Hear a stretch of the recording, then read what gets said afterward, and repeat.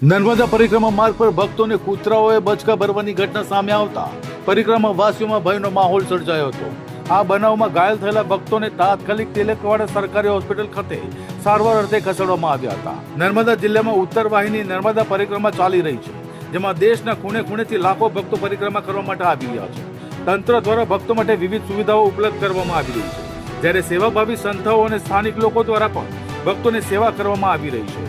ગઈકાલે શનિવારે રાત્રિના સમય દરમિયાન મોટી સંખ્યામાં ભક્તો શાંતિપૂર્ણ માહોલમાં નર્મદા પરિક્રમા કરી રહ્યા હતા। આ દરમિયાન અચાનક એક કૂતરું પરિક્રમા માર્ગ પર આવી જતા કેટલાક ભક્તોને બચકા ભરવાની ઘટના સામે આવી હતી। તિલકવાડા વિસ્તારમાં નર્મદા નદી બાટા નજીક તેમજ પરિક્રમા માર્ગ પર અન્ય કેટલાક જગ્યાએ પણ કૂતરાઓએ ભક્તોને બચકા ભર્યા હોવાની માહિતી મળી રહી છે। ભક્તોના જણાવ્યા મુજબ અંદાજે 8 થી 10 જેટલા પરિક્રમા વાસીઓને કૂતરાઓએ બચકા ભર્યા હતા। ઘટનાને પગલે તમામ ઘાયલ ભક્તોને તાત્કાલિક તિલકવાડા સરકારી હોસ્પિટલ ખાતે સારવાર અર્થે ખસેડવામાં આવ્યા હતા, જ્યાં ફરજ પરના હાજર ડોક્ટરો દ્વારા જરૂરી સારવાર આપવામાં આવી હતી। આ ઘટનાને પગલે પરિક્રમા માર્ગ પર ભક્તોની સુરક્ષા અંગે તંત્ર દ્વારા વધુ સતર્કતા દાખવવામાં આવે તેવી માંગ ઉઠી છે। નમસ્તે, અમે આજરોજ નર્મદા પરિક્રમા કરવા માટે આવ્યા હતા।